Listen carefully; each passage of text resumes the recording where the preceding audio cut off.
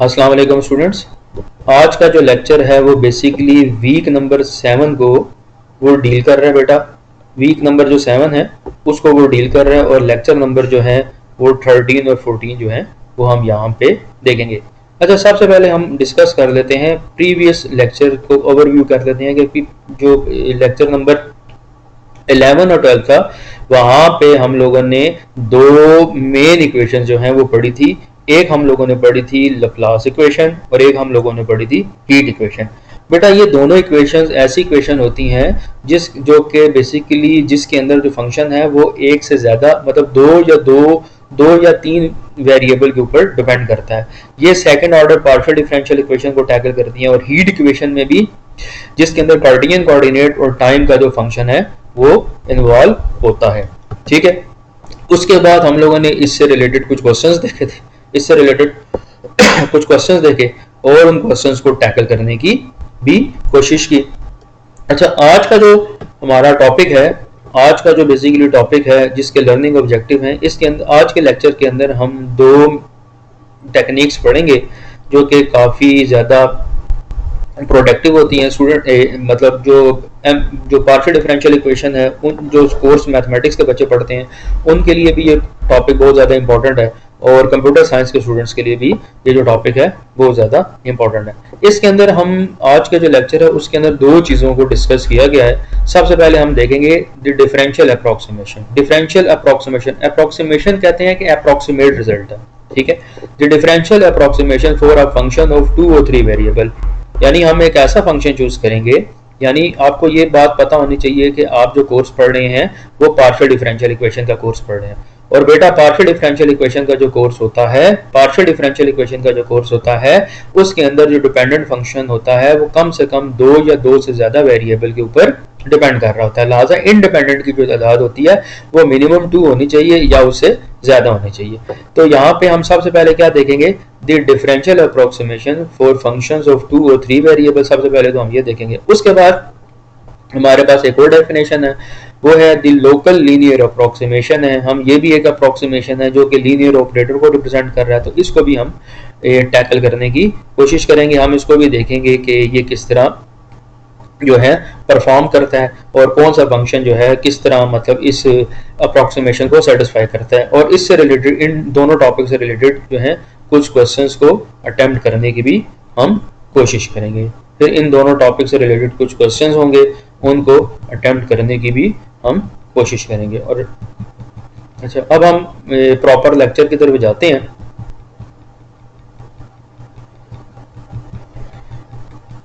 सबसे पहले जो हमारे पास डेफिनेशन आ रही है वो आ रही है डिफरेंशिएबल, यानी एक फंक्शन जो है वो डिफरेंशिएबल क्या होता है। ठीक है, तो ये आसान सा टॉपिक है और आसानी के साथ इसको अंडरस्टैंड किया जा सकता है।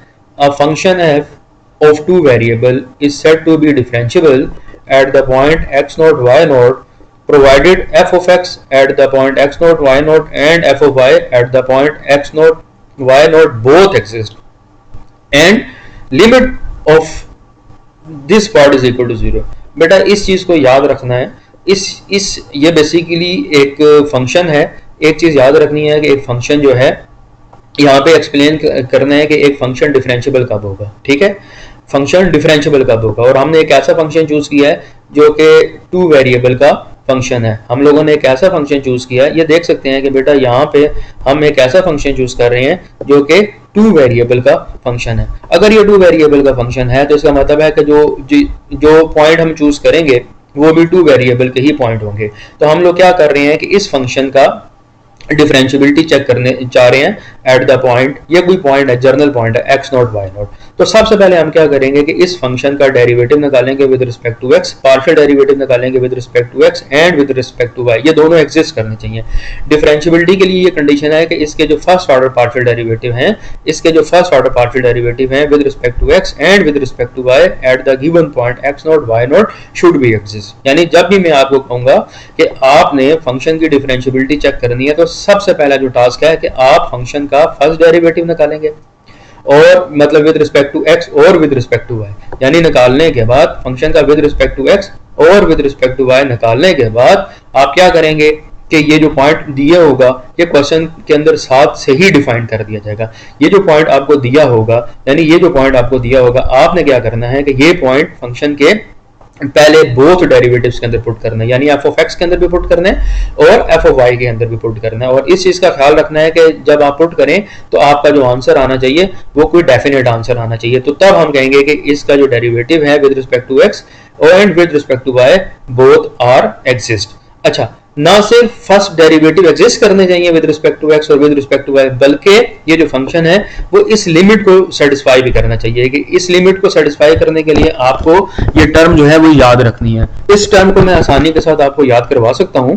आपने करना यह है कि सबसे पहले ऊपर वाली टर्म की तरफ आपने फोकस रखना है। ये लिखा हुआ है डेल्टा एफ। डेल्टा एफ का मतलब होता है डिफरेंस बिटवीन, मतलब अगर डेल्टा एक्स है इसका मतलब होता है x2 माइनस x1। अगर डेल्टा y है तो इसका मतलब होता है, मतलब डेल्टा f है ना, तो इसका मतलब होगा f2 माइनस f1। यानी हम इसको यूं कह सकते हैं कि अगर आपके पास यहाँ पे लिखा हुआ है, मिसाल के तौर पे ये डेल्टा लिखा हुआ है क्योंकि ये यहाँ पे साइन अवेलेबल नहीं है तो इस वजह से मैं ये मजबूरी के तौर पे इसको मैंने डेल्टा कह दिया।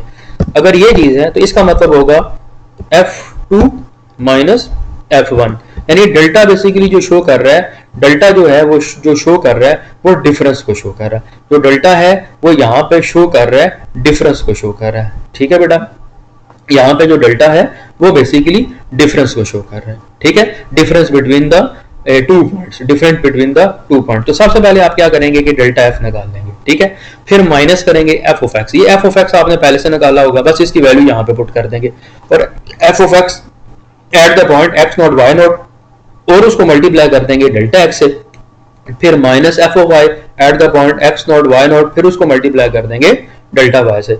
यानी आपने करना यह है कि सबसे पहले डेल्टा एफ निकालना है, फिर आपने ये दो टर्म्स निकालनी है। ये दो टर्म्स क्या है कि एफ ऑफ एक्स को मल्टीप्लाई कर दें डेल्टा एक्स से, एफ ऑफ वाई को मल्टीप्लाई कर दें डेल्टा वाई से, और इनके बाय माइनस का निशान, और इन दोनों का जो डिफरेंस है, ये जो डेल्टा एक्स और डेल्टा वाई है, इसके मैग्नीट्यूड से आपने डिवाइड कर देना है। एक चीज याद रखनी है कि ये डेल्टा एक्स और डेल्टा वाई है, ये दोनों अप्रोचेस टू जीरो है। ये बेटा आपको कॉमन नजर, ये कॉमन है, it is not a point. इसका मतलब है कि delta x approaches to zero and delta y भी अप्रोचेस टू जीरो। बेटा इस टर्म को आपने याद रखना है। ये टर्म क्या है, delta f minus f of x at the point x not y not into delta x minus f of y at the point x not y not into delta y whole divided by under root x square plus under root y square. और इसके अंदर जब आप put करेंगे और limit लगाएंगे तो आपका जो आंसर है वो इक्वल टू जीरो आना चाहिए। अगर इक्वल टू जीरो आ रहा है तो इसका मतलब है कि आपका फंक्शन डिफरेंशिएबल है।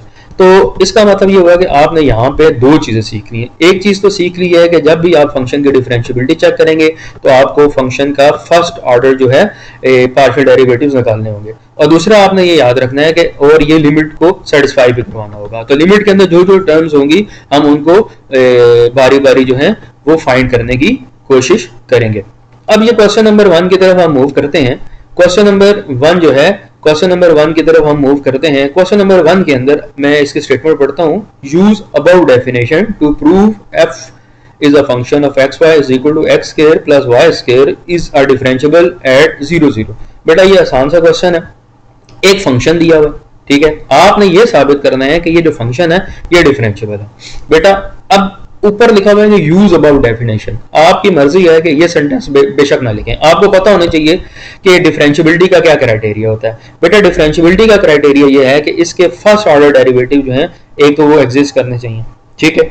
दूसरी चीज ये है कि जो आपके पास जो टर्म है लिमिट वाली, आपको वो फार्मूला याद होना चाहिए, ठीक है। तो पहले हम क्या करेंगे, उस टर्म्स के उस लिमिट के अंदर जितनी भी टर्म्स हैं उसको कैलकुलेट करने की कोशिश करते हैं, ठीक है। इसको स्टार्ट करने से पहले मैंने एक छोटा सा एक हिंट लिखा है। इस हिंट से जो है हम क्वेश्चंस को काफी अच्छे तरीके से अंडरस्टैंड कर सकते हैं, ठीक है। ये लिखा हुआ है डेल्टा एक्स। बेटा delta basically it is a difference between the two point x1 minus x not, x1 minus x not. इसी तरह आप गौर से देखिएगा बेटा, इसी तरह अगर डेल्टा y हो तो वो क्या हो जाएगा, y1 माइनस y नॉट। अच्छा, अब यहां से अगर मुझे x1 की वैल्यू निकालनी हो, अगर मुझे यहां से x1 की वैल्यू निकालनी है तो कॉमन सेंस की बात है कि ये जो माइनस x नॉट है इसको मैं लेफ्ट साइड पे ले जाऊंगा तो ये पॉजिटिव x नॉट हो जाएगा, ठीक है। तो मेरे पास किसकी वैल्यू आ जाएगी, तो x1 की वैल्यू आ जाएगी, ठीक है। तो x1 की जब भी मैंने वैल्यू निकाली, x1 किसके इक्वल होगा, x1 बराबर होगा x not plus delta x। तो ये बेसिकली आपको पता होना चाहिए कि x ये किसके इक्वल है, x नॉट के बराबर है, और x1 किसके इक्वल है, x1 बराबर है x not plus delta x। Delta basically difference को कहते हैं, इंटरवल का डिस्टेंस कहते हैं, distance between the two point कहते हैं।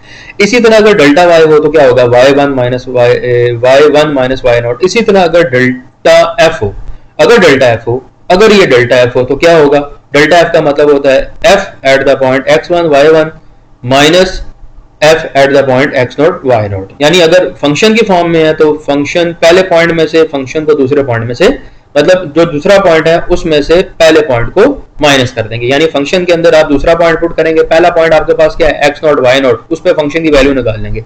फिर दूसरा पॉइंट क्या है आपके पास x1 y1, इस पे फंक्शन की वैल्यू निकाल लेंगे, और फिर इन दोनों का डिफरेंस ले लेंगे, और इन दोनों के डिफरेंस से जो आंसर आएगा वो आपके पास डेल्टा f आ जाएगा।